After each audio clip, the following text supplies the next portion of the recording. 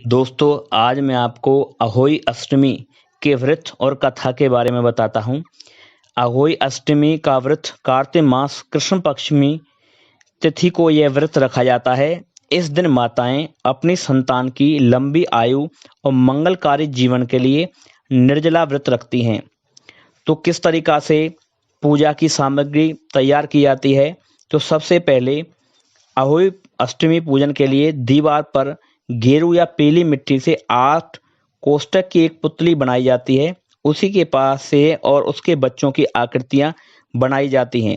दीवार पर जब अहोई माता की तस्वीर पूर्ण रूप से बन जाती है तो रोली, चावल और दूध से उनका पूजन किया जाता है।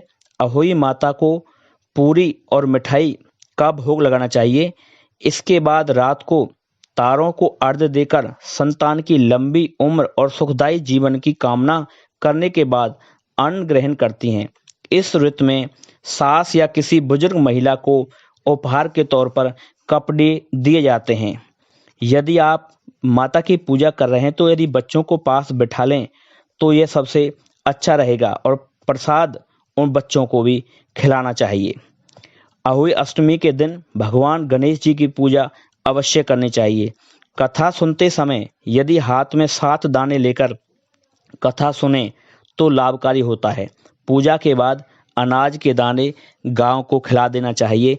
इस तरीका से अहोई अष्टमी का पूजन किया जाता है। आइए अहोई अष्टमी की व्रत की कथा। एक नगर में साहूकार रहा करता था। उसके 7 लड़के थे। एक दिन उसकी स्त्री खदान में मिट्टी खोदने के लिए गई।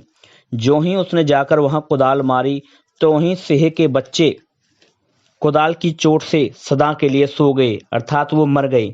इसके बाद उसने कुदाल को स्याहू के खून से सना देखा तो उस सिंह के बच्चे मर जाने का उन्हें बहुत दुख हुआ, परंतु वह विवश थी क्योंकि यह काम उसे अनजाने में हो गया। इसके बाद वह बिना मिट्टी लिए खेद करती हुई अपने घर आ गई।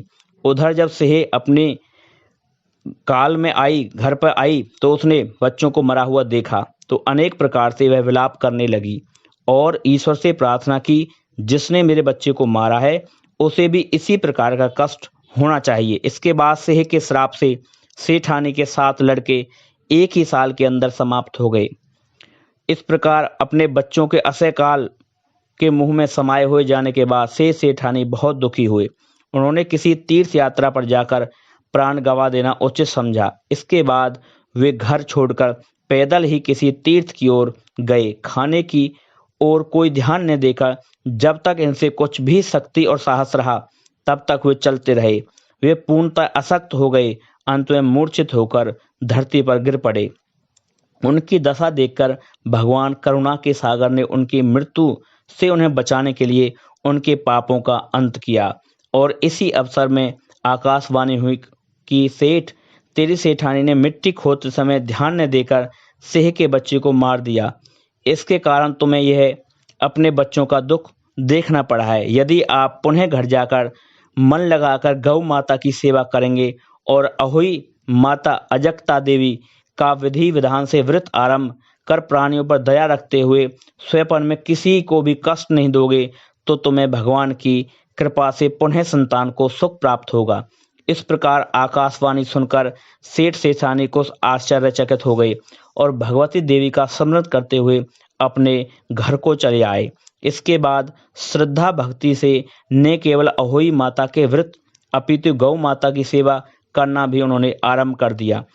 जीवों पर दया भाव रखते हुए क्रोध और द्वेष का सर्वथा परित्याग कर दिया। ऐसे करने के पश्चात भगवान की कृपा से वे सेठानी 7 पुत्रों वाले होकर अगणित पौत्र सहित संसार में नाना प्रकार के सुखों को